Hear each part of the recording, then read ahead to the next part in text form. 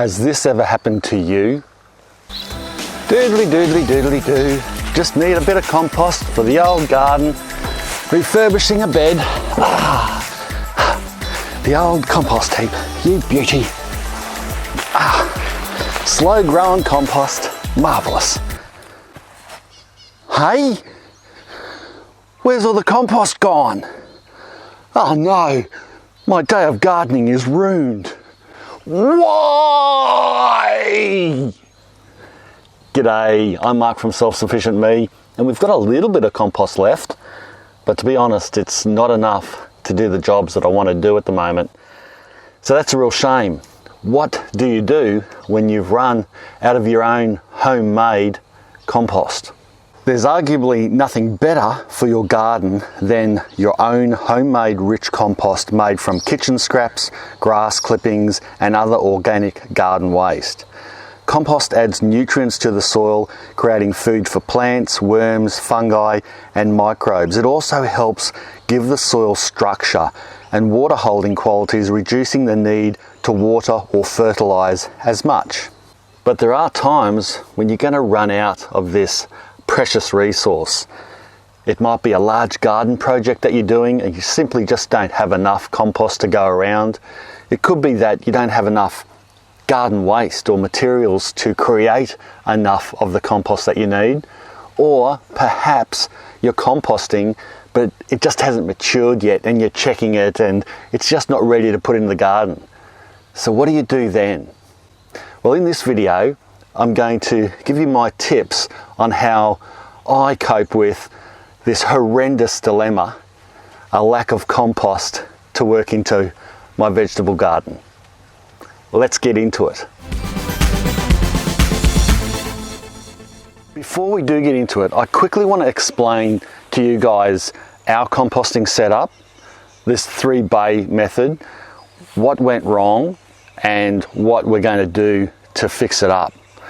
Now this 3-bay method works really well. I'm not going to explain it in detail because I want to get on to the guts of the video. But essentially the pallets were for free, so it's a low cost design. The star pickets were for free and it's just a number of pallets all shaped together in 3 bays and held into position by good old star pickets hammered into the ground, and also they're tacked together with nails and screws. Essentially that's all it was, and this has done us well for a couple of years. I used this synthetic grass because I was under the impression that the stuff would last for lots of years. It was supposed to be high grade, but it turned out to degrade really quickly in the sun. It needs to be gotten rid of, and we're on to that. But what I like about this 3-bay method is that you start your compost in 1 bay and then you turn it over into the next, and this is slow composting. This isn't fast composting. This is slow over many months, and then you turn it into the 2nd bay where then the bottom becomes the top, and the theory is, well, it actually isn't a theory, it works. Then it all breaks down underneath because you've got the almost broken down compost and dirt on top of it now.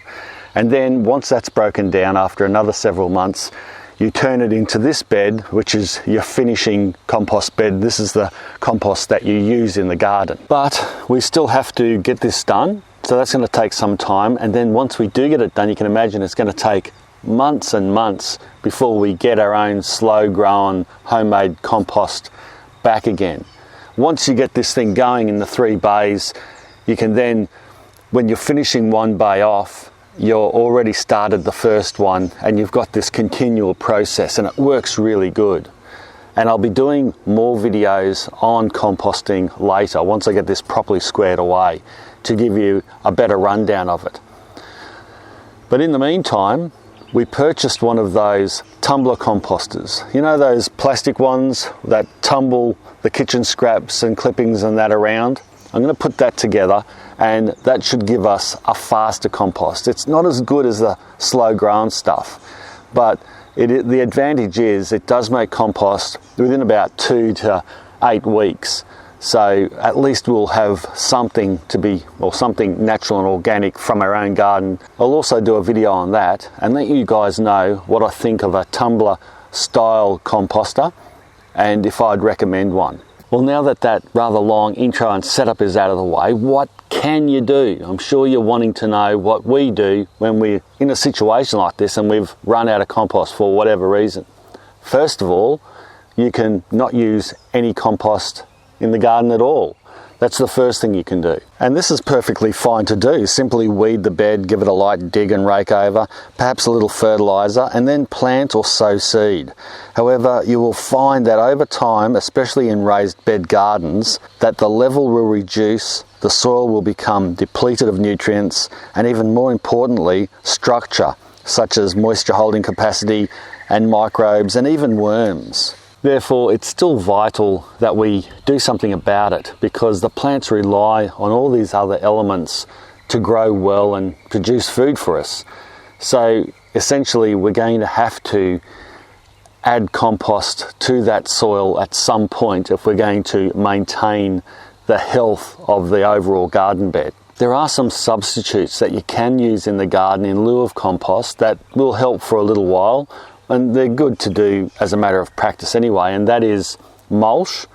Mulching is really good as a compost substitute, because what it essentially does is you add things to the garden to top dress underneath your plants, such as grass clippings that are seed free, wood chip, or you might buy a mulch such as sugarcane, which can be very cost effective, or lucerne, which can be a little expensive but more nutritious for the plants. And these types of mulch break down in the garden bed and eventually do become compost themselves. Another thing to think about is free compost from your local council. I know our council provides the service. The only thing is that the compost can be fairly rough, because they mulch up the organic matter with big machines, and it's good for around fruit trees and we use it for that, but I don't think it'd be great in the garden. My father-in-law, who used to be a farmer and still is an avid backyard container vegetable grower, gave me a piece of advice years ago about creating a cost-effective compost growing mix for times when you've run out of your own homemade compost. And it was, buy the budget $3 compost or potting mix bags from your local retailer and simply add a handful of organic blood and bone or other organic based fertiliser to the bag, mix it up, and there you have a nutrient rich growing medium rather than buying the premium mixes for $8 to $12 a bag. And I still follow this advice from time to time.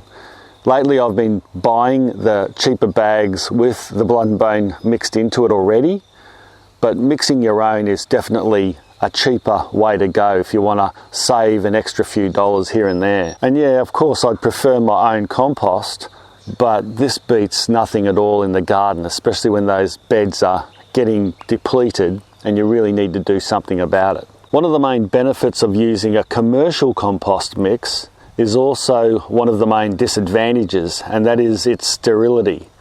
Homemade compost, done the old slow way, is full of life, microbes, worms, fungi spores, etc., which are beneficial to the garden and plants, whereas many commercial compost mixes are heat treated and don't contain these elements. On the other hand, a sterile commercial compost mix won't contain grass seeds or weeds or introduce diseases into your garden. Personally, I don't have any moral objection one way or the other for using commercial composts. Just to say that if you can make enough of your own, then that's what I prefer to do. But if you have a large garden like ours, you may find from time to time your compost runs short. So you can either do without for the short term, or if you still don't have enough and the garden bed is really needing some love, then buying a commercial compost mix in the interim will not only allow you to grow good quality produce without delay, it also saved wasting seeds and plants to poor soil structure and helps the local economy at the same time. You can even just rest a bed altogether, and that's what I've done here. I've covered this bed over and I'm just going to let it rest and rejuvenate.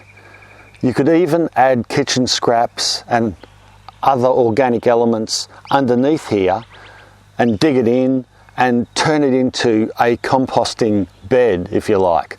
And once it's all broken down, perhaps in 6 months or so, you'll have a beautiful medium for growing your next crop of vegetables. The other thing that's really good for resting beds like this is when you don't grow anything in it for a period of time, pests such as nematodes that feed off vegetable roots, they starve to death. So you'll have then all the good microbes and things like worms left underneath here, and all the baddies, they'll be all starved out and gone. So that's just another option.